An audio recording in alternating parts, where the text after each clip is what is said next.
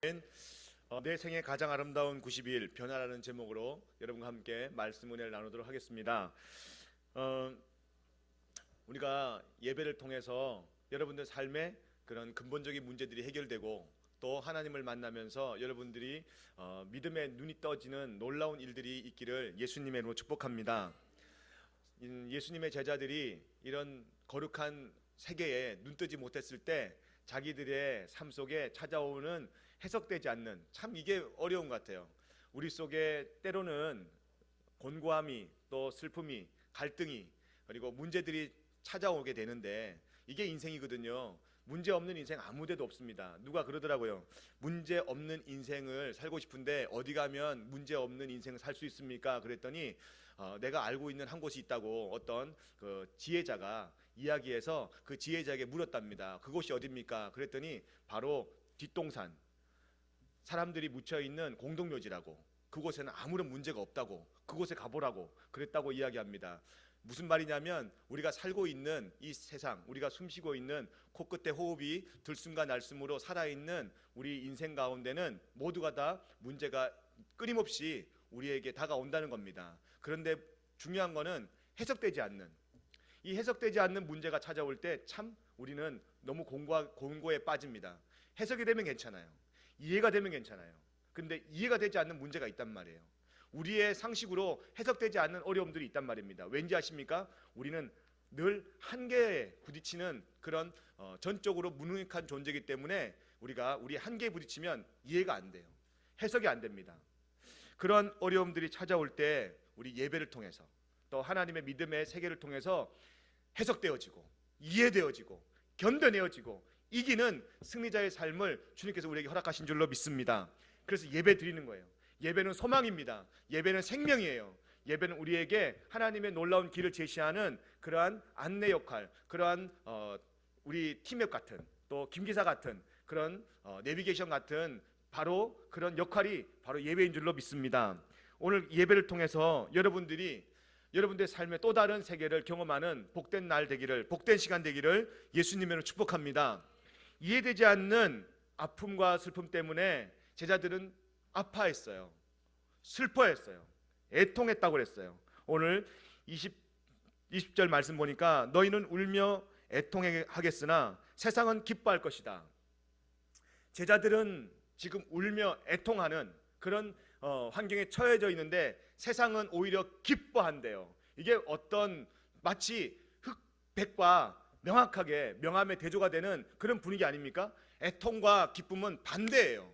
근데 믿는 사람들이 오히려 기뻐해야 되는데 믿는 사람들이 오히려 슬퍼하고 있어요.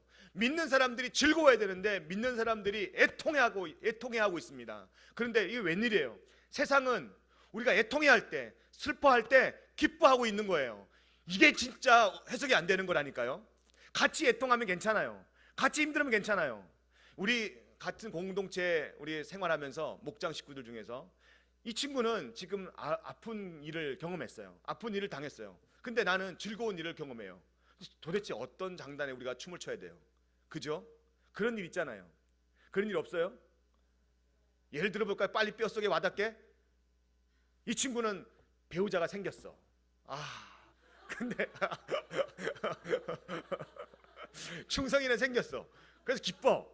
근데 근수는 그나마 잘 되려고 하는데 안 됐어요. 근수가 채였어. 그러면서 얼마나 슬프게, 예를 든 거예요. 또 근수야 위로한다 이렇게 하지 마세요. 꼭 뭔 말을 못해 이렇게 예를 든 거예요. 이런 뼛속 얼마나 빨리 와닿아요. 금방 와닿죠.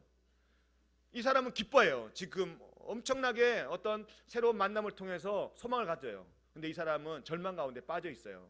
이런 일들이 우리 주변에 많이 있습니다. 근데 우리는 어떤 장단에 춤을 춰야 되고, 내가 이 사람과 함께 기뻐해야 될 것인지, 이 사람과 함께 슬퍼해야 될 것인지 중간에서 정말 애매한 그런 입장을 우리가 취할 때가 있습니다. 근데 이런 애매한 입장이 아니라 지금은 세상과 예수님의 제자들은 완전히 정반대의 상황에 놓여져 있습니다. 세상은 기뻐 춤을 추며 축제를 벌이고 있는데 예수님의 제자들은 어둠에 눌려 있어요. 슬퍼하며 애통해하고 있습니다. 주님이 십자가에 달리셨을 때 온 세상에 내렸던 그 어둠이 제자들 마음 가운데도 짙게 깔렸습니다. 나중에 제자들은 예수님이 하신 이 말씀이 생각났습니다. 너희는 울며 애통하겠으나 세상은 기뻐할 것이다. 그러나 너희가 근심에 쌓여도 그 근심이 기쁨으로 바뀔 것이다. 이해가 안 되는 거예요. 어떻게 내가 지금 애통하고 있는데, 어떻게 내가 지금 슬퍼하고 있는데 이게 기쁨으로 바뀔까? 기쁨으로 바뀌려면 주님이 오셔야 되는데, 주님이 우리의 소망에 그런 길을 열어주셔야 되는데 주님 죽었어요. 눈에 보이지 않아요. 주님이 안 계신단 말이에요. 불러도 대답 없는 그대가 바로 주님이라는 거예요. 얼마나 제자들에게는 그런 해석되지 않는 그런 상황이겠습니까? 여러분, 크리스찬의 세계는 항상 하나님 우리에게 주시는 선물들로 가득 찰 줄로 믿습니다. 잊지 마세요. 하나님은 항상 우리에게 좋은 것을 주신다. 여러분들이 한번 입으로 신앙으로 고백해 보시기 바랍니다. 하나님은 항상 우리에게 좋은 것만 주신다. 시작. 할렐루야. 막연하게 여러분들이 고백했다면 지금 말씀을 통해서 이 막연함이 여러분 삶 속에 구체적인 신앙의 고백으로 결단되어지기를 예수님의 이름으로 축복합니다. 하나님의 이 우리에게 좋은 것을 주실 때 하나님의 이 좋은 것들은 항상 어떤 혼란을 통해서 오게 되어 있습니다. 좋은 것의 연속이면 얼마나 좋겠습니까? 그런데 우리의 세계를 뛰어넘으려면 항상 혼란스러워요. 우리의 운물 안에 갇혀져 있는 이 세계를 뛰어넘기 위해서는요, 우리의 운물을 부셔야 됩니다. 우리의 담을 부셔야 돼요. 그 부시는 것은 마치 혼란스러워요. 하나님, 내가 이렇게 오랜 동안 쌓아 올렸는데요, 힘들게 올려놨는데요, 이걸 부셔야 된다고요? 그 부시래요. 그걸 부셔야 하나님의 더 넓은 세계가 펼쳐진답니다. 그 세계에 갇혀있는 여러분들은 그 세계에 안주하고 싶지만 그 세계에 안주하면 안 된대요. 왠지 아십니까? 하나님의 영원한 세계는 그보다 훨씬 더 넓기 때문에 여러분들이 그 세계를 경험하지 못하면 그 세계보다 더 큰 어려움이 오면요, 이해가 안 되는 거예요. 그 세계보다 더 큰 아픔이 오면 이해가 안 되는 거예요. 여러분, 우리 앞에 찾아오는 어려움과 아픔은요, 우리가 이해되지 않는, 우리 세계에서 해석되지 않는 아픔들이 훨씬 더 많아요. 그런데 여러분들의 틀에 갇혀 있으면 그 어려움들이 해석이 안 되기 때문에 그 주저앉고 맙니다. 오늘 주님께서 말씀하십니다. 그거 부셔라. 너의 세계 부셔라. 네가 지금까지 경험한 거 다 부셔라. 그렇게 이야기합니다. 오늘 예배를 통해서 여러분들이 쌓아 올린 그런 운물이 있다면, 담이 있다면 그런 것들을 부셔버리는 믿음의 결단이 있기를 예수님의 이름으로 축복합니다. 제자들은 3년 동안 예수님과 함께 견고하게 신앙을 쌓아 올렸어요. 자신들이 경험한 기적과 이적과 하나님 나라의 소망을 견고하게 쌓아 올렸습니다. 그런데 지금 주님께서 십자가의 죽음으로 말미암아 뭐라고 말씀한지 아십니까? 그거 쌓아 올린 거 다 무너뜨려라. 46년 동안 쌓아 올린 성전도 무너뜨리듯이 너의 성전도, 너의 마음의 성전도, 내가 없는 성전은 성전이 아니야, 무너뜨려. 지금 당장. 그게 바로 십자가 사건이에요. 여러분, 오늘 이런 무너짐이 없다면 우리는 하나님의 놀라운 세계를 경험할 수 없습니다. 따라합시다. 십자가는 무너집니다. 할렐루야. 여러분 한 번 더 고백할까요? 십자가는 무너집니다. 그래요. 이 무너짐은 어떤 의미를 내포하고 있는지 아십니까? 모든 익숙한 것들과의 결별이에요. 이게 무너짐이에요. 뭐 무너진다 그래서 뭐 성전이 무너집니까? 우리 집에 제가 옆에 살고 있던 사택이 다 무너져 버렸어요. 화내요. 사람들이 뭐라는 줄 알아요? 우리 교회가 더 커 보인대요. 교회 커지지 않았어요. 교회는 여전히 그 사이즈예요. 근데 앞에 있는 그 사택 건물이 다 무너져 버리니까 교회가 더 커 보인대요. 무너짐은 또 다른 건물을 짓기 위한 그런 전초전입니다. 우리가 십자가를 통해서 무너진다는 거, 우리가 십자가를 통해서 모든 익숙한 것들의 결별은 하나님과 영원한 그런 만남을 예비하는 거예요. 준비하는 거예요. 오늘 그러한 십자가의 결별, 익숙한 모든 것들과의 결별 없이 하나님을 만난다는 건요, 있을 수 없는 일입니다. 오늘 여러분들에게 도전합니다. 참 잘 오셨어요. 목사님 오늘 잘못 온 것 같은데. 아니, 잘 온 거예요. 오늘 이 예배를 통해서 여러분 십자가를 통해서 여러분들이 아직까지 결별하지 못한 거, 아직까지 익숙한 거, 그것 때문에 하나님을 못 만난다면 오늘 여러분 결단하세요.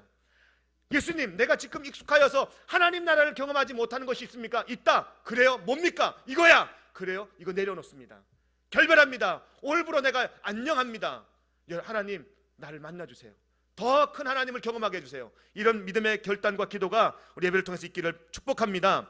그래서 죽음이라는 것은 상당히 낯섭니다. 십자가의 결별을 통해서, 십자가를 통하여서 모든 익숙한 것들과의 결별은 낯선 생활을, 낯선 세계를 우리가 살게 합니다. 십자가는 또한 내 자신의 생각과 내가 바라보고 있는 그 바램을 포기하는 거예요. 오로지 하나님의 뜻을 받들겠다는, 하나님의 뜻을 내가 내 마음속에 심고 그 뜻대로 살겠다는 결단이 바로 십자가입니다. 그런데 그 십자가 없이 예수님의 제자들은 예수님을 따라다니는 그러한 제자로서 자기가 고백했습니다. 난 예수님 제자야. 예수님을 따라다니는 제자야. 그런데 예수님은 말씀하십니다. 그 앞에서, 제자들의 눈앞에서 십자가로 돌아가셨습니다. 이게 바로 제자야. 이게 바로 진정 나를 따르는 거야. 그 십자가의 죽음을 통해서 이 제자들은 슬퍼했지만, 슬픔은 예수님의 부활을 만나면서, 부활의 주님을 만나면서 진정한 기쁨을 발견하게 된 거예요. 여러분, 오늘 십자가라는 이 아픔, 결별이라는 고통과 근심, 우리를 불편하게 하는 십자가, 그 십자가를 여러분들이 오늘 올곧게 체험한다면, 경험한다면 그것은 더 큰 생명으로 나가기 위한 깨어짐임에 틀림이 없습니다. 오늘 여러분 더 큰 생명을 소유하시기를 예수님의 이름으로 축복합니다.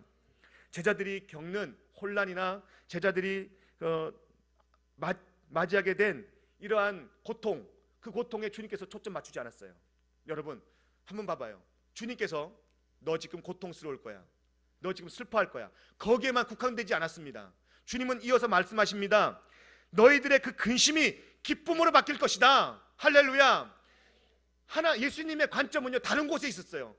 애통하고 근심하고 슬퍼하는 것이 없다라고 말씀하지 않았어요. 분명히 있을 거야. 분명히 너에게 찾아올 거야. 하지만 그게 다가 아니야. 거기에 초점이 맞춰져서 그게 다가 아니라고 이야기합니다. 뭐가 다래요? 그런 것들이 다 변해서 대반전, 역설이 일어난다는 거예요. 반전이 바로 기독교 안에서의 놀라운 소망인 줄로 믿습니다. 반전, 따라합시다. 하나님 안에 반전을 경험하자. 여러분들만 시작. 한 번 더. 마지막으로 하나님 안에서의 반전을 경험하는 나와 여러분 되기를 예수님의 이름으로 축복합니다. 십자가는 반전이에요. 기독교는 다 반전이에요. 성경을 보십시오. 다 반전이에요. 어떻게 다윗이 골리앗을 때려잡습니까? 반전이에요. 골리앗 한 주먹에 다윗이 나가 떨어져야 되는 것이 이게 자명한 사실입니다. 그런데요 반전이 일어납니다. 하나님 안에서의 반전이에요. 다윗은 물맷돌을 돌리면서 이미 예수님의 십자가를 오래전부터 경험했다고 생각합니다. 하나님의 나라를 오래전부터 경험하고요, 자기와의 익숙한 것들과의 날마다 결별을 광야에서 했던 것입니다.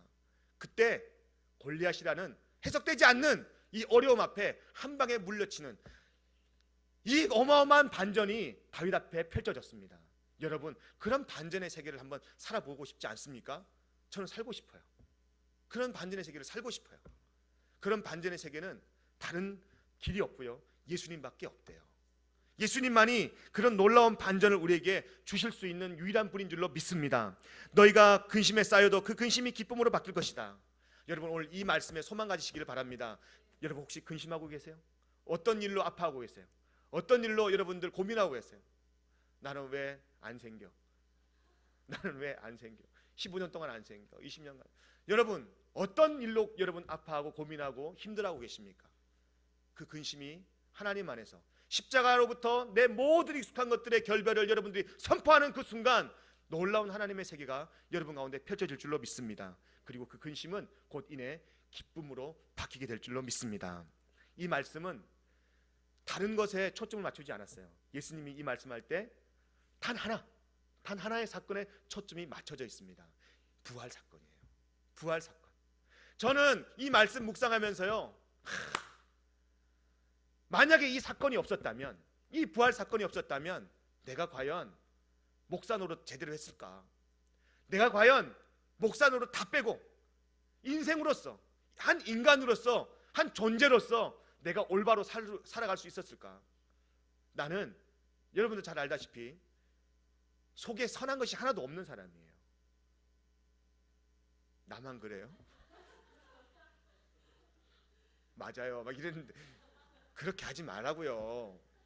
여러분, 우리 모두는 선한 것이 하나도 없는 사람들이에요. 그래서 우리는 어떤 힘이 아니면 올바로 설 수 없는 사람입니다. 올바로 걸어갈 수 없는 존재들이 바로 우리예요. 전적으로 무능력한 연약한 존재가 우리 아닙니까? 근데 12제자들도 그런 존재였어요. 놀라운 일은 부활 사건이 일어난 직후에, 부활이 일어난 이후에 12제자들 그 부활의 주님을 만나면서부터 그들은 대반전이 일어납니다. 사고의 변화가 일어나고요, 의식의 변화가 일어나고요, 가치의 변화가 일어나고, 그리고 그들은 최고의 윤리와 도덕으로 살아가게 됩니다. 윤리와 도덕을 뛰어넘어서 복음의 사람이 됩니다. 얼마나 놀라운지 모릅니다. 부활 사건이 가져온 기쁨은 우리가 일상적으로 느끼는, 우리가 세상에서 느끼는 그런 기쁨과 비교도 안 되는, 게임도 안 되는 그러한 근원적인 기쁨을 우리에게 안겨주었습니다. 그렇기 때문에 어떤 것도 이 부활의 기쁨을 소유한 사람은 흔들 수 없는, 부활의 기쁨을 뺏어갈 수 없는 그런 놀라운 기쁨을 소유하게 된 것입니다. 여러분 마음속에 도전합니다. 그럼 부활의 기쁨이 있습니까? 부활의 기쁨이 있어야 진짜 크리스찬이 될 수 있고요, 정말 이 땅에서 예수님과 함께 동행하는 그런 놀라운 인생을 살게 됩니다. 부활의 기쁨이 없으면 잠깐 우리가 예배 드리면서 한번 기뻐할 수 있어요. 목사님 오늘 저렇게 세게 침 튀기면서 이야기하는데 오늘 좀 귀에 들어오네, 은혜가 되네 좀. 근데 또 때로는 제가 그죠? 항상 말로 하면 칠 수 있어요. 때로는 안타도 칠 수 있고, 아니면은 그 파울 돼가지고 죽을 수도 있고, 죽을 수도 있고 그렇잖아요. 그때 여러분 어떤 반응해요? 오늘 찬양도 좀 그렇고, 찬양하는 사람들 인상이 왜 저래? 왜 인사 왜 안 웃어? 왜 안 웃냐고, 왜? 그러면서 마음이 좀 다치고, 또 목사님 또 그달 따라 설교를 막 뒤죽박죽, 논리도 없이 막 계속 감만 지르고, 원래 막 감 지를 때는 준비가 잘 안 됐을 때 감을 지르는 거야. 막 감 지르고 막 은혜 받으라 그러는데, 믿으라 그러는데 전혀 와닿지도 않고, 막 왜 이래 오늘 예배 왜 이래? 그러고 난 다음에 또 나가는데 꼴보기 싫은 인간이 또 목장 모임 하자 그러고, 왜 또 목장 모임 내동 안 하다가 또 하자 그래? 막 그러면서 나가려고 그러는데 계단에서 굴러 떨어져가지고 빠져나갈 수도 없고, 막 발을 잘못 디뎌가지고 꼭 그런 일이 생길 때 여러분 어때요? 오늘 기쁘지 않다. 내 마음에 기쁨이 없다. 오늘 만족이 없다. 예배 드려도 그렇게 썩 내 마음에 그렇게 시원함이 없네. 여러분 이런 유형의 기쁨을 여러분 소유하고 있지 않습니까? 주님께서 주시고자 하는 기쁨은 그런 차원의 기쁨이 아니에요. 우리가 세상에서 환난을 당해도 그 환난을 통해서 환난 앞에 당당히 서 있으면서 하나님 나라를 소유한 사람으로서의 마땅히 누려야 할 기쁨을 누린다는 것입니다. 그 기쁨은 영원히 빼앗을 자가 없대요. 그런 기쁨을 소유하시기를 예수님의 이름으로 축복합니다. 그것을 주님께서 지금 주시고자 원하시는 겁니다. 제자들에게만 주시고자 원했을까요? 아니요. 오늘 우리에게도, 나와 여러분에게도 그 기쁨 주려고 하는 거예요. 그 소망 주시려고 하는 거예요. 그 세계를 보여주시려고 하는 거예요. 여러분 오늘 소망 가지고 이 기쁨을 반드시 가지고 살아가는 그런 귀한 존재 되기를 축복합니다. 예수님은 이 땅에 이런 놀라운 기쁨을 설명할 때 출산의 고통에 비유하며 말씀하십니다. 21절이에요. 21절 한번 읽어볼까요? 21절 말씀 시작. 여자가 해산하게 되면 근심하나 아이를 낳으면 세상에 사람 난 기쁨으로 말미암아 그 고통을 다시 기억하지 아니하느니라. 할렐루야. 여자가 고통당할 때, 해산의 고통을 당할 때 기뻐할 이유는 단 한 가지예요. 새 생명이 태어났기 때문이에요. 여러분 오늘 예수님이 우리를 보면서 그 십자가의 고난을 다 참으셨어요. 이유는 단 한 가지예요. 나를 통해서 내가 부활하여 저들이 이제 새로운 생명으로 새롭게 창조될 것을 기억하니까 그 모든 아픔과 그 모든 고통이 감내되어지는 거예요. 감내할 수 있는 그런 사건으로 받아들여지는 거예요. 여러분 오늘 예수님의 부활 사건은 이런 놀라운 영적인 세계를 우리가 깨닫게 해주시는 겁니다. 출산 후에 여성들의 그 얼굴에 감도는 기쁨은 그 무엇으로도 표현할 수 없는 거예요. 새로운 생명 때문에 그런 거죠. 주님은 부활 사건을 경험한 후에 제자들이 맛보게 될 이 놀라운 기쁨을 이 출산한 여성에게 비유하면서 하시는 말씀이 너의 기쁨은 아무도 빼앗을 수 없다. 여러분, 이런 소망적인 이런 놀라운 복음이 어디 있겠습니까? 아무도 빼앗을 수 없는 내 속에서 점점 넘쳐나는 이런 기쁨을 소유한다면 세상이 얼마나 살맛나겠습니까? 세상이 얼마나 기쁘겠습니까? 세상 사는 게 얼마나 즐겁겠습니까? 여러분, 이런 즐거움으로 살기를 바랍니다. 23절이에요. 그러면서 하시는 말씀이에요. 23절 큰 소리 읽겠습니다. 시작. 내가 진실로 전진실로 너에게 이르노니 너희가 무엇이든지 아버지께 구하는 것을 내 이름으로 주시리라. 잘 이해가 되지 않아요. 잠깐만 띄워줘요. 지금 주님께서 뭐라고 이렇게 기쁨을 빼앗을 자가 없을 것이다 라고 이야기하시면서요, 그날에는 너희가 아무것도 내게 묻지 아니하리라. 우리 인생 살면서요 많은 질문들이 있어요. 의문들이 얼마나 많습니까? 우리의 삶 속에 나 자신에 대한 의문, 성경에 대한 의문, 또 사회에 대한 의문, 또 사람들에 대한 의문 얼마나 많습니까? 이 엄청난 의문들, 특히 예수님에 대한 의문들이 얼마나 많습니까? 예수님, 이게 옳은 길입니까? 저게 옳은 길입니까? 왜 답을 안 해주십니까? 우리가 신앙생활하면서 많은 의문들에 우리가 늘 직면합니다. 그런데 오늘 본문 말씀 보니까 그날이 오면 너희들이 내게 아무것도 묻지 않을 것이다. 무엇 때문에 그래요? 이게 무슨 말이에요? 묻지 않는다는 것은 뭘 의미하고 있어요? 분명해진다는 겁니다. 분명해지는 거예요. 저는 여러분들이 신앙생활 할 때요 분명하게 했으면 좋겠어요. 분명하게. 다시 말해볼까요? 확실하게 신앙생활 했으면 좋겠습니다. 확실하게. 이것도 아니고 저것도 아니고 신앙생활 하면서도 맞는 건지 안 맞는 건지 이런 어설픈 신앙생활 말고요, 분명한 신앙생활, 확실한 신앙생활, 여러분들이 확고한 신앙생활을 할 수 있기를 예수님을 축복합니다. 확실한 신앙생활을 언제 할 수 있을까요? 경험할 때, 부활의 주님을 경험할 때 확실하게 신앙생활을 할 수 있어요.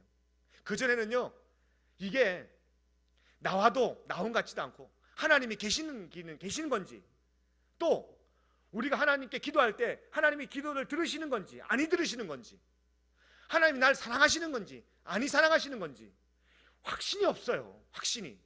가끔씩 우리 삶 속에 소소한 기쁨을 우리가 경험하게 되면 그때 하나님 살아계시는구나, 할렐루야, 하나님 살아계시네요, 하나님 확실하네요, 날 사랑하시는군요, 날 사랑하신 주님 감사합니다. 근데 때로는 그런 기쁨들이 찾아오지 않을 때, 삶이 먹먹할 때, 너무나 일상적인 생활에 찌들어 있을 때, 여러분 이번에 어제 일산 가는데 왜 이렇게 차가 많이 막혀요? 그 어마어마한 넓은 도로에, 그 강변북로가 얼마나 넓어요. 신호등 있어요? 신호등도 없어요. 그냥 쭉 탄탄대로예요. 꽉 막혀가지고요 한 30분 40분이면 가는 도로를 1시간 반 동안 그 넓은 한 편도 5차선 왕복 10차선 정도 되잖아요, 강변북로가. 그 도로에 꽉 막혀가지고요 도로에서 가다 서다를 반복하는 거예요. 이런 것들, 이런 교통체증 같은, 이런 정말 맞닥뜨리기 싫은 이런 상황들이 우리 삶의 주변에 너무나 많습니다. 너무나 많아요. 우리 생활하다 보면 이런 교통체증으로 인하여 생겨나는 짜증나는 일이 너무나 많습니다. 이런 일들이 우리에게 찾아올 때 우리는 어떻게 해요? 하나님 안 계시는군요. 하나님 살아계시다면 지금 내 차를 딱 들어서 목적지까지 싹 옮겨 주셔야죠. 할렐루야. 뭐 이렇게 여러분들이 생각할 수 있잖아요. 하나님 정말 살아계시다면 내 어려움, 어디 봐도 길이 없는데 하나님 길을 쫙 내어 주셔야죠. 제가 하나님 앞에 헌신한 게 어딘데, 하나님께 기도한 게 얼만데, 내가 하나님 앞에 드린 게 얼만데, 그러면서 여러분 혹시 하나님께 그렇게 원망하진 않았습니까? 주님께서 그러한 우리의 질문들 앞에 확실하게 말씀하십니다.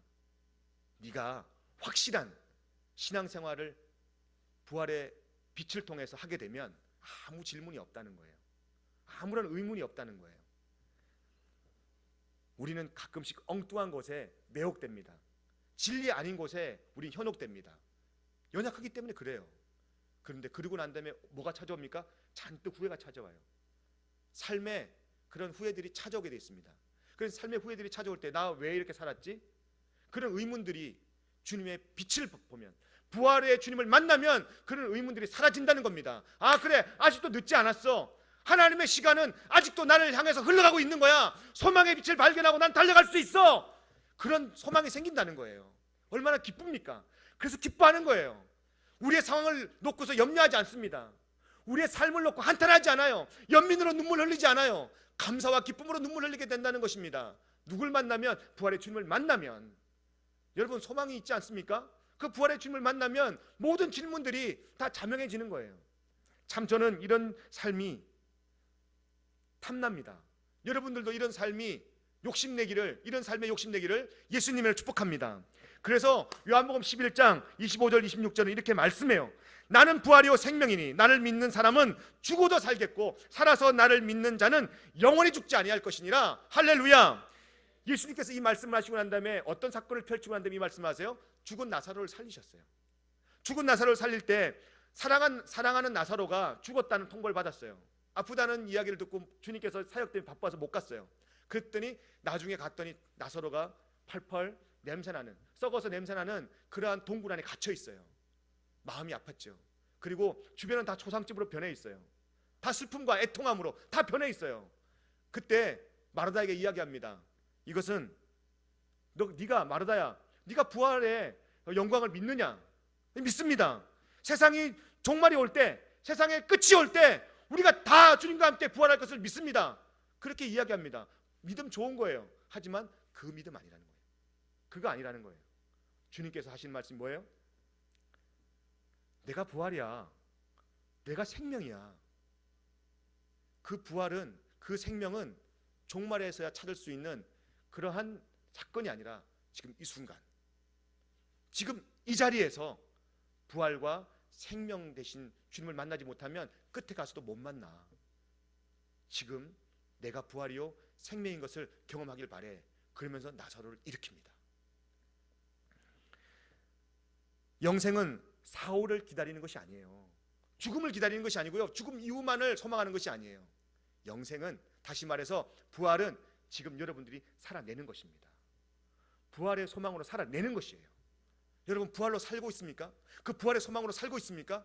아니면 부활과 전혀 상관없이 우리가 믿음 생활을 하면서 때로는 넘어지고 힘들고 어려우면 그냥 불평 다 하고 원망 다 하고 주님이 어디 계신지 알지도 못하면서 흐릿하게, 그러면서 우리는 전혀 문제가, 그런 우리 상황을 전혀 문제시하지 않아요. 뭐 내가 무슨 문제가 있어요? 내가 무슨 문제예요 그게? 그게 내가 문제예요? 나는 문제야 아닙니다. 난 고민 없어요 주님. 그런 데서 고민 안 해요. 뭐 언젠가 해결되겠죠. 이러면서 우리가 영생이라는 것을 죽어서만 가는, 죽음 이후로만 우리가 미뤄진다면 우리는요 날마다 애통하고 근심하고 슬퍼할 일밖에 없습니다. 하나님이 엄청난 세계를 우리에게 부어주시고요, 하나님이 엄청난 세계를 우리에게 누리라고 하는데 그거 못 누려요. 그것만큼 불행한 사람이 어디 있습니까? 저는 그게 가장 불행한 사람이라고 생각합니다. 예수님은 친히 죽은 나사로를 이 말씀을 하시면서 일으켜내세요. 그리고요, 부활이 먼 훗날 이야기가 아니야. 지금이야. 지금 그 부활을 너희가 경험하렴. 그러면서 지금 말씀하시는 게 나는 부활이요 생명이다. 예수님이 우리 속에 오면요 그 부활이 무엇인지 자명해지는 것입니다. 그리고 부활로 생명으로 살게 되는 거예요. 바울 사도도 예수님의 죽음과 부활을 믿는 신자들을요 핍박했어요. 사도 바울이 핍박했어요. 그냥 핍박했어요? 죽어서 잡아 죽이는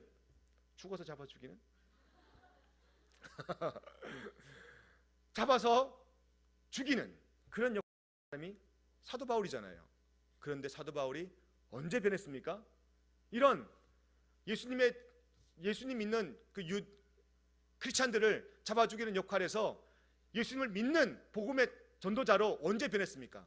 부활의 주님을 경험할 때, 부활의 주님을 만날 때, 그때 완전히 변화됩니다. 바뀝니다. 우리 66일이 이제 남았어요. 내 생에 가장 아름다운 90일, 이제 66일밖에 안 남았어요. 65일인가요? 아무튼 얼마 남지 않았어요. 2달 조금 더 남았습니다. 여러분들이 변화라는 이러한 슬로건으로 우리가 살고 있습니다. 영성일기도 쓰고요. 그리고 또 기도도 하고 그렇게 우리가 살고 있습니다. 그런데 여전히 이 내 생의 가장 아름다운 90일에 부활의 주님을 경험하지 못한다면 우리는요 결코 변화되지 않습니다. 60일이 아니라 600일 지나도요 6000년이 지나도요 변화되지 않아요. 그런데요 단 6분이라도 우리가 부활의 주님을 경험한다면 우리의 생애는 가장 아름다운 인생으로 바뀌게 될 줄로 믿습니다. 변화될 줄로 믿습니다. 변화는 부활의 주님을 경험하는 거예요. 이게 바로 변화입니다. 따라합시다. 부활은 변화다. 여러분들만 시작. 부활은 변화예요. 변화예요. 부활은 변화를 말하는 거예요. 새로운 생명으로 다시 태어나는 것을 부활이라고 하는 겁니다. 부활이라는 거잖아요. 부활은 인간다운 인간의 탄생 그 자체입니다. 그리고요 그 변화를 통해서 끊임없이 완성을 우리가 이루어내는 인간의 그런 최고 경지가 바로 부활이에요. 예수님의 부활을 경험한 사람들은요 우리가 살아낼 수 있는 최고치를 살게 되는 거예요. 내가 살 수 있는 최고치, 최고 가치, 최고의 수치대로 살려면 부활을 경험해야 됩니다. 여러분에게 하나님께서 너무나 많은 귀한 약속들을 하셨고요 하나님께서 여러분들을 향하여서 놀라운 계획을 갖고 계세요. 그런데 이 부활의 경험을 하지 못하면 그 최고치를 살 수 없어요. 따라합시다. 하나님 안에서 나의 최고치를 살게 해주시옵소서. 여러분들만 시작.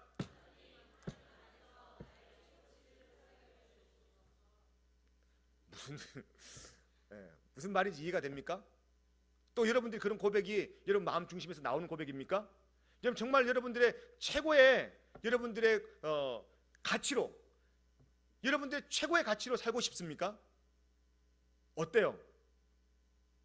한번 여러분 스스로 질문을 해보세요. 나는 정말 내 삶의 최고치로 최고의 가치로 살고 싶은가? 아니면은 되는 대로 그냥 살고 있는 건가? 되는 대로 사는 사람은 오늘 회개하시고요 최고치로 살고 싶은 사람은 부활의 주님을 만나기를 예수님으로 축복합니다. 첫 번째 아담도 하나님께서 창조하셨습니다. 최고치로 살고 싶겠죠. 근데 그 유혹에 넘어갔어요. 그 유혹에 넘어가면서 하나님께서 만드신 그 최고치를 잃어버렸습니다. 그 최고치가 뭡니까? 바로 하나님의 나라에 하나님의 세계를 우리가 누리며 사는 게 최고치 아닙니까? 그런데 잃어버린 이 하나님의 세계를 누가 회복시켜 주셨습니까? 예수님이 잃어버린 하나님의 세계를 회복시켜 주셨어요. 근데 그 회복의 세계에 문이 있어요. 부활의 문이에요. 부활의 문을 통과해야지만 그 하나님의 놀라운 세계를 우리가 경험하게 되는 것입니다.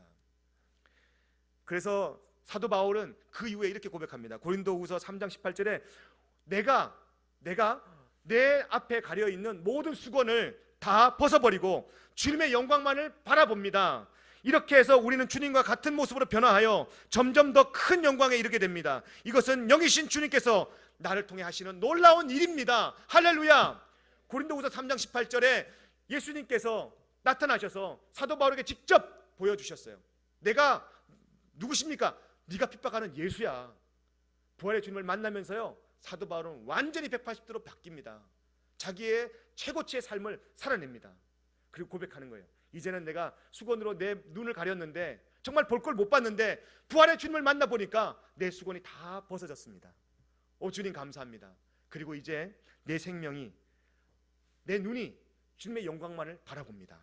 뿐 아니라 이렇게 주님의 영광만을 바라보며 사는 내 인생을 통해서 우리는 주님과 같은 모습으로 얼마나 황홀해요. 주님과 같은 모습으로 점점 변화되고 있습니다. 그게 사도 바울의 고백이에요. 그리고요 주님께서 이 모든 일을 하나님의 영을 통해서 하십니다. 우리가 현재 체험하는 부활의 생명은 세상 끝날에 만물이 새로워질 때 경험하는 부활과는 비교할 수 없을 정도로 약한 것이지만 불완전한 것이지만 그러나 이 사도 바울이 경험한 그 부활의 주님을 우리가 경험한다면 우리도 온전히 주님을 따라가는 예수님을 우리가 경험하는 그러한 놀라운 사건이 될 줄로 믿습니다. 예수님의 부활과 더불어 종말의 역사는 이미 시작되었어요. 예수님의 부활과 동시에 종말은 시작된 거예요. 예수를 따르는 크리스찬들의 삶 속에는 이미 새로운 생명이 싹트기 시작했습니다. 그래서 주님께서 뭐라 그래요? 나는 포도나무야, 너희들은 가지야. 나에게 붙어 있어야지만 너희들이 참 생명을 살아낼 수 있어. 많은 열매를 맺는단다. 그렇게 이야기하고 있습니다. 주님께 붙어 있는 건 뭐예요? 부활의 주님을 내가 경험하며, 날마다 경험하며 살아가는 겁니다. 여러분들은 누구에 붙어 있습니까? 어디에 붙어 있습니까? 직장에 붙어 있어요? 어디에 붙어 있어요? 여러분 여자친구, 남자친구에 붙어 있어요? 물질에 붙어 있습니까? 아니면 어디에 붙어 있습니까? 오늘 주님께 붙어 있는 부활의 사건을 경험한 믿음의 사람 되기를 예수님의 이름으로 축복합니다. 그럴 때 우리는 어떻게 고백합니까? 나는 이제 더 이상 사망 때문에, 죽음 때문에, 염려 때문에, 고통 때문에 가련한 존재 아니야. 그렇죠. 우리의 존재를 확실히 깨닫게 됩니다. 내 존재를 확실히 알게 되는 겁니다. 내 존재는 어떤 존재입니까? 내 존재는 그렇게 시시한 존재가 아니라 하나님 안에 너무나 풍성한 계획을 갖고 계신 그 하나님 안에서 내가 최고치를 살아가는 복된 존재라는 것을 그때서 깨닫게 되는 거예요. 그리고 하나님이 주시는 놀라운 기쁨을 내 안에서 회복하는 그런 일을 경험하게 됩니다. 이제 우리는 죽음을 두려워하면서 한탄해서는 안 됩니다. 예수님께서 십자가에 달리실 때 온 세상을 덮었던 캄캄한 어둠은 이제 내 안에 없습니다. 왜요? 부활의 주님을 경험했기 때문이죠. 우리가 때로는 철없는 어린아이들처럼 뛰어놀며 찬양을 해도요, 누가 뭘 할 사람 없어요. 부활의 주님을 경험했다면요, 그 모든 행위는 하나님 앞에 영광이 됩니다. 또한 우리가 우리의 삶이 정말 여러분들이 성공해서 장밋빛 인생 참 꿈꾸는 그런 놀라운 아주 복된 그런 인생이 되어서 세상 속에서 세상을 여러분들이 노래하는 그런 사람이 되었다 할지라도 그 속에 부활의 주님이 있다면 여러분들은 누구도 뭘 할 사람이 없이 정말 생명의 사람으로 살아가고 있는 사람이 틀림이 없습니다. 우리는 아무 근심 걱정 없이 주님의 동산에서 마음껏 뛰노는 어린아이 같은 그런 삶을 살게 될 줄로 믿습니다. 찬란한 부활의 빛이 우리 안에 머물고 우리를 감싸고 또 우리의 삶 속에 그 빛이 끊임없이 광활하게 비춰진다면 우리는요, 더 이상 부족함이 없는 인생을 살게 되는 거예요. 사람들은 나름마다 다 컬러가 있습니다. 다 색깔이 있어요. 재원이는 어떤 색깔일까? 군인의 색깔을 갖고 있죠. 깜짝 놀랐어, 그죠? 어떤 색깔일까? 충성이는 어떤 색깔? 지연이는 어떤 색깔? 다 색깔이 있어요. 그죠? 누구나 다 색깔이 있어요. 그죠? 영민이 어떤 색깔일까? 입고 있는 풀색이 영민의 색깔일까? 다 색깔이 있는 거예요. 색깔 없는 사람 아무도 없습니다. 심지어는 무색도 색이니까, 그죠? 검정색도 색이고 다 색이 있습니다. 여러분 나름대로 다 색이 있어요. 근데 그 색깔들이 언제 광활한 색으로 빛나는지 아십니까? 예수님의 부활의 빛이 여러분에게 비칠 때 그때 여러분들이 갖고 있는 색이 가장 빛나게 색을 발할 줄로 믿습니다. 생각을 해봐요. 여기에 여러분들 지금 다 옷 컬러들 다, 그죠? 참 칙칙하다. 가을인데 참 좋아요. 불을 확 꺼봐요. 지금 우리가 입고 있는 이 컬러들이 보일까요? 보이지 않아요. 색이 아무것도 안 보여요. 빛이 없으면 색은요, 아무런 존재 의미를 못 느끼는 거예요. 색은 우린 다 색이 있습니다. 근데 부활의 빛이 비칠 때라야만 우리의 색이 가장 멋지게, 가장 광활하게, 가장 아름답게 빛나게 되는 거예요. 여러분, 이 부활의 빛은 우리를 가장 최고치로, 가장 아름다운 인생으로 살게 하는 그런 능력이 있는 것이 바로 부활인 줄로 믿습니다. 예수님의 부활의 빛이 비치지 않는다면 아무리 여러분들이 뛰어난 재능을 갖고 있다 할지라도, 또 아무리 여러분 놀라운 원대한 포부가 있다 할지라도, 비전이 있다 할지라도요, 빛이 비치지 않으면 어둠이에요. 그것은 어떤 영향도 발휘할 수 없는 겁니다. 어떠한 색깔도 나타낼 수 없어요. 우리에게 빛이 비칠 때 그때 우리가 갖고 있는 아름다운 색깔들이 형형색색 무지개 색깔처럼 온 찬란한 단풍처럼 그렇게 아름답게 빛나는 거예요. 부활은 그런 거예요. 그래서 기뻐하는 거예요. 그리고 서로를 존중해 주는 거예요. 서로를 기뻐하는 거예요. 서로를 보면서 축하하고 즐거워하는 거예요. 빛이 비칠 때. 그래서 그 빛이 있는 사람들은요, 하는 행동들이 다 아름다워요. 이뻐요. 뭘 해봤어야 아멘을 하죠. 아멘 하셔야 될걸요. 여러분들의 그 빛이 비칠 때 여러분들 삶이 참 이뻐요. 그리고 아름다워요. 이 외모 때문에 아름다운 것이 아니라, 그리고 여러분 갖고 있는 경험과 지식 때문에 아름다운 것이 아니라, 여러분들이 갖고 있는 비전 때문에 아름다운 것이 아니라, 여러분들이 갖고 있는 능력 때문에 아름다운 것이 아니라, 여러분들이 갖고 있는 그 능력과 비전과 꿈과 소망과 그 모든 것들이 주님의 빛으로 비칠 때 가장 아름다운 겁니다. 가장 아름다운 거예요. 설교가 언제 가장 아름다울까요? 부활의 빛이 비칠 때 가장 아름다운 거더라고요. 가장 멋있는 거더라고요. 가장 도전적인 거더라고요. 그걸 발견하면서요, 얼마나 감격스러운지 몰라요. 여러분들 인생 속에 이런 부활의 빛이 비치기를 예수님으로 축복합니다. 말씀의 결론을 맺어요. 시편 119편 105절 시편 기자는 이렇게 이야기합니다. 그 빛을 발견한 시편 기자가 주의 말씀은 내 발의 등입니다. 또한 내 길의 빛입니다. 할렐루야. 주의 말씀이, 주의 빛이 내 안에 비치고 난 이후에 어떤 고백을 합니까? 주님 말씀이 내 발에, 내 길의 등이요, 내 길의 빛입니다. 주의 말씀, 주의 말씀대로 순종할 수 있는 이 순종함이 부활의 빛이 비치니까 가능하군요. 그러면서 주님께서 인도하는 대로만 걸어가는 거예요. 주님께서 걸어가려고 하는 그 길로만 걸어가는 거예요. 그 길이 누구의 길이에요? 그렇죠, 예수님이 말씀하신 생명의 길이요, 소망의 길이요, 기쁨의 길이요, 진리의 길이기 때문에 그 길을 내 눈앞에 당장 안 보여도 말씀 붙잡고 부활의 빛을 내가 소유하면서 한 걸음 한 걸음 걸어가는 거예요. 그 길 끝에 누가 서 계실까요? 부활의 주님이 다 손 펴서 우리를 맞이할 줄로 믿습니다. 그 길 끝에 서 계신 주님을 바라보며 걸어가는 부활의 영광을 사모하는 나와 여러분 되기를 예수님의 이름으로 축복합니다.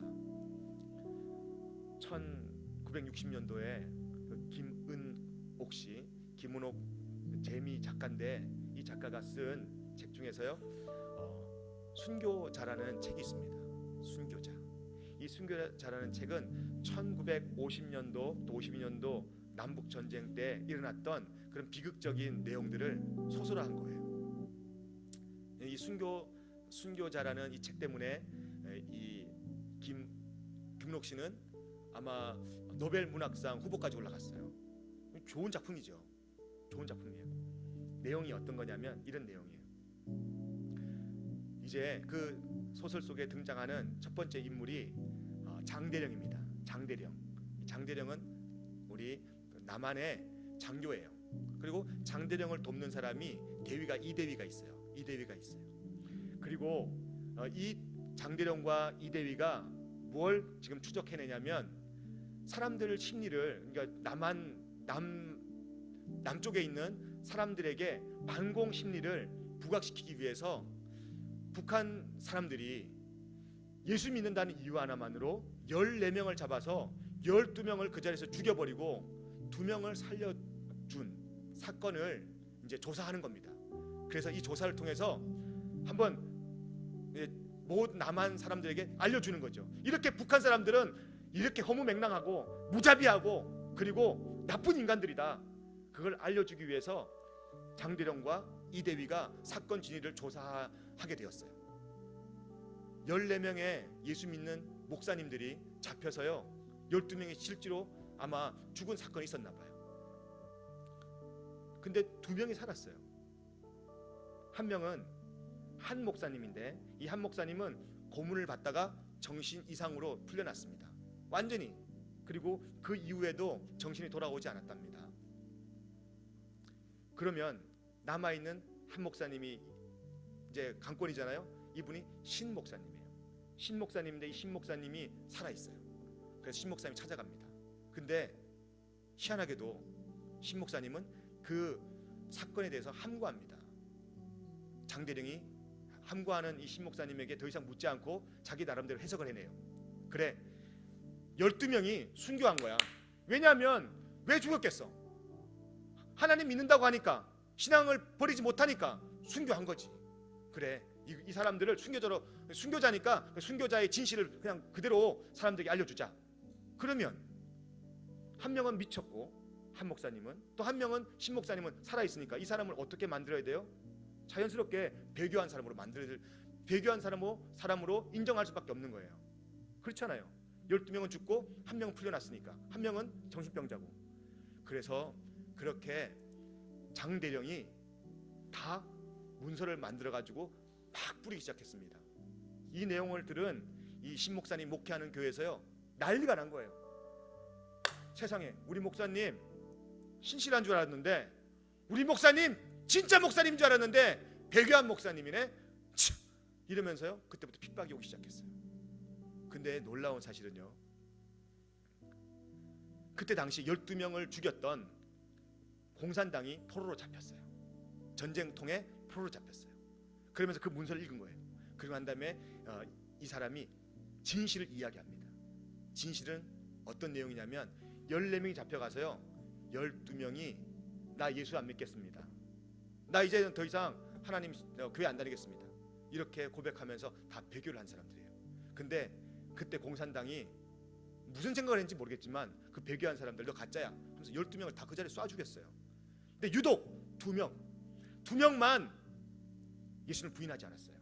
끝까지 모진 고통에서도요 예수님 부인하지 않고 오직 주님만 바라보면서, 나는 주님이 날 배신하지 않았는데, 주님이 날 버리지 않았는데 어떻게 내가 주님을 버립니까? 그러면서 온갖 고문과 모진 매도 다 견뎌내고요 주님을 부인하지 않았어요. 그러면서 그 대장이, 공산군 대장이, 너는 사상이 투철하니까 살려준다. 공산군 사상한 거 맞다는 거예요. 그래서 살려준다. 한 사람은 미쳤으니까 어차피 사나 죽으나 이 사람은 영향력이 없으니까. 그래서 살려줬대요. 근데요 진위가 밝혀졌어요. 이 내용이 포로로 잡힌 공산당 그 간부에 의해서 진위가 밝혀졌어요. 그리고요 이 진위를 놓고 장대령이 또 찾아옵니다. 이대위가 찾아가요. 이게 진실이라는데 맞습니까? 드디어 함구하고 있던 신 목사님 입을 엽니다. 이대위님, 진실이 뭐가 중요합니까? 그들의 죽음을 헛되게 만들지 말고 내가 그냥 십자가 지겠습니다. 내가 십자가 지겠습니다. 누가 순교자예요? 누가 진정한 순교자예요? 누가 진정한 부활의 빛을 발견한 사람이에요? 저는 이 신 목사님이 진정한 부활의 빛을 발견한 사람인 줄로 믿습니다. 여러분, 우리가 이렇게 살아야 되지 않습니까? 때로는 나에게 찾아오는 억울한 누명이, 억울한 고통이, 예수님 때문에 받는 그런 아픔들이 있다면 그거 밝혀내려고, 그것 내가 증명해내려고 혈안이 되어 있지는 않습니까? 세상 속에서 우리는 많은 억울한 일을 당할 수도 있어요. 애매한 고통을 받을 수도 있어요. 때로는 경제적인 어려움도 예수님 때문에 겪을 수 있습니다. 인간관계도 예수님 때문에 우리가 힘들어질 수 있어요. 근데 부활의 빛을 발견한 사람은요 우리 삶 속에서 순교자의 삶으로 살게 됩니다. 십자가는 그런 삶을 우리에게 요구합니다. 그리고요 기꺼이 부활의 빛을 발견한 사람은 기꺼이 그 삶에 동참하고요 그 삶에, 그 하나님의 초청에 예스라고 대답합니다. 아멘하고 대답합니다. 여러분, 오늘 함께 기도할 때, 주님, 내가 정말 부활의 빛을 발견한 사람입니까? 만약에 부활의 빛에 관계없는 사람이라면 주님, 제 마음을 드립니다. 제 마음을 엽니다. 나의 음모를 무너뜨리더라도 주님의 부활의 빛을 비춰주시옵소서. 부활의 주님을 만나게 하여 주시옵소서. 그 부활의 주님을 경험하게 하여 주시옵소서. 이 부활이 없다면 나의 색깔은요 아무런 의미가 없어요. 나의 삶은 비춰지지가 않아요. 여러분의 삶이 아무리 야무진 꿈을 갖고 있다 할지라도 그 꿈은 비춰지지가 않습니다. 여러분, 오늘 도전합니다. 그 기도합시다. 주님, 그 부활의 빛이 내 안에 정말 광활하게 비치게 하여 주시옵소서. 그리고 주님께서 이야기합니다. 내 이름으로 구해라. 내 이름으로 구해라. 내 이름으로 구하면 너희들 다 내가 그 부활의 빛을 비춰주겠다. 얼마나 소망적인 말씀입니까? 이름으로 구하면 다 해주시겠대요. 오늘 23절과 24절에 이렇게 이야기합니다. 너희가 아버지께 구하는 것은 무엇이든지 아버지께서 내 이름으로 주실 것이다. 지금까지는 너희가 아무것도 내 이름으로 구하지 않았다. 주님, 많이 구했는데요, 아니, 진짜를 구하지 않았어. 부활한 나를 구하지 않는다는 것은 아무것도 구하지 않은 거야. 그리고 주님께서 부탁합니다. 구하여라. 그리하면 부활의 주님을 만날 것이다. 나를 선물로 줄 것이다. 이게 성령님이에요. 주님은 당신의 이름으로 우리에게 모든 것을 다 맡기시면서 구하라고 합니다. 여러분 오늘 시간 같이 기도할 때 주님의 이름으로 한번 구해봅시다. 부활의 주님을 경험하기 원합니다. 부활의 주님을 내가 초청합니다. 주님, 내 온 마음 다해, 온 힘 다해, 온 정성 다해 부활의 주님을 초대합니다. 이 작은 마음에 오시옵소서. 이제는 내가 어떤 다른 것도 구하지 않고 주님 한 분만을 구합니다. 십자가를 통하여서 모든 익숙한 것들과의 결별을 통해서 주님의 길을 걷겠습니다. 이 시간 함께 우리 기도하며 나가겠습니다.